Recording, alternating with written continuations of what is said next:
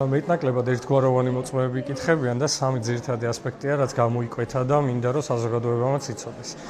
პირველი ეს გახლავთ ის, რომ კიდევ ერთ დღეს მორიგ-ჯერზე დადასტურდა, რომ კონკრეტულ დაზიანებულ პოლიციელს კავშირი არ აქვს არც ერთ წარმოდგენილ ბრალდებულთან.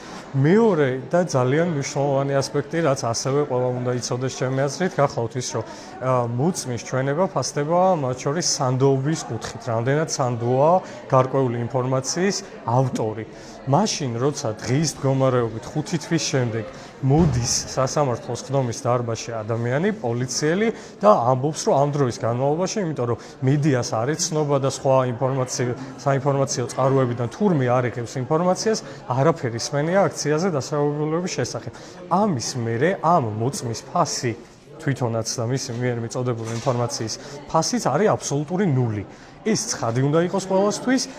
ის დარიგებული, მომზადებული თუ სხვა მხრივ თვითონ რაღაც განსაკუთრებულად მოტივირებული ადამიანები, ვინც მოდიან და ამბობენ, რომ თურმე აქციის დაზარალებული და დაშავებული მონაწილეობის შესახებ არაფერი არ სმენიათ ცხოვრებაში და 5 თვის განმავლობაში, მათ მიერ მიწოდებული ნებისმიერი ინფორმაცია ამ ფრაზის შემდეგ მისი ღირებულება არის ნულის ტოლი.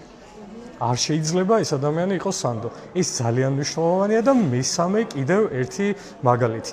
რეალურად კონკრეტულ საქმეზე, კონკრეტული მოწმების გამოკითხვისას პროკურატურა მოქმედებს როგორც სამთავრობო ტელევიზიის კორესპონდენტი და რეპორტიორი და არა როგორც სამართლის და მართლმსაჯულების მხარის ფუნქციის განმახორციელებელი. ეს არის ცხადი. არავით არის სამართლებრივი მნიშვნელობა და შინაარსი არ გააჩნია არც ერთ დასმულ კითხვას, არ გააჩნიათ მოწმეებისთვის, სასამართლოსთვის მისაწოდებელ ჩვენებებს შინაარსობრივად, სამართლებრივად და გარდა პროპაგანდისტულისა სხვა დატვირთვით. ისეთი პროცესუალურად გაწერილი, მოწესრიგებული სამართლებრივი უწყება, რომელსაც როლი განსაზღვრული აქვს სისხლის სამართლის კანონმდებლობით, კონკრეტულ ფუნქციას და მიზანს უნდა ემსახურებოდეს, დღეს ოპერირებს როგორც პროპაგანდის იარაღი და არა უმეტესი.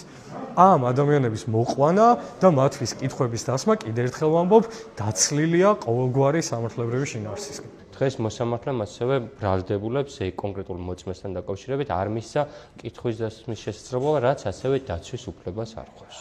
რეალურად საათნახევარი კი არა, 1 საათი განუსაზღვრა მოსამართლემ, წინა პროცესებზე საათნახევარი განსაზღვრა და იმ საათნახევარში ჩვენ შევძელით, რომ დაგვეკითხა და ზუსტად აცილების დროს ჩემი დასაბუთება იყო ის, რომ ჩემო კოლეგამ დააყენა მართალი აცილება, როგორ გამიჯნეთ ამ დაზარალებულს, რომ 1 საათი მიეცეთ და მეორე დაზარალებულს საათნახევარი მიეცეთ. ზოგადად კანონით შესაძლებელია დროის განსაზღვრა, მაგრამ ბრალდებულს, რომელსაც ფუნდამენტური უფლება აქვს დაიცვას თავისი თავი, თავის საქმეზე დასვას კითხვა, როდესაც საათს უნიშნავდა ეოვნები, რომ 1 წუთით თუ 3 წუთით გადაცდა და შენ კითხვას ვეღარ დაგასმევინებთ, ეს არის არსებითი პრობლემა, თორე კანონში რა თქმა უნდა წერია, მაგრამ კანონში წერია გონივრული ვადით უნდა განსაზღვრო და რომ დავთვალოთ 11 მხოლოდ ბრალდებული არის, 2 პროკურორის იქ ადვოკატებიც რომ არ დავთვალოთ, 1 საათს რო განსაზღვრავ ერთი მოწმისთვის, რა გამოდის, რომ თითო ბრალდებულს თავის ადვოკატთან ერთად 10 წუთზე ნაკლებიც არ აქვს შესაძლებლობა რომ კითხვა დასვას.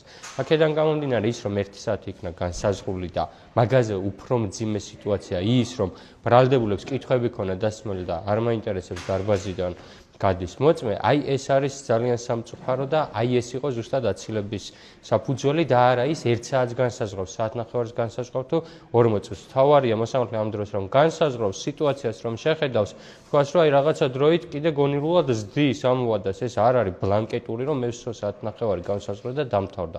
სიტუაციის შესაბამისი უნდა იყოს.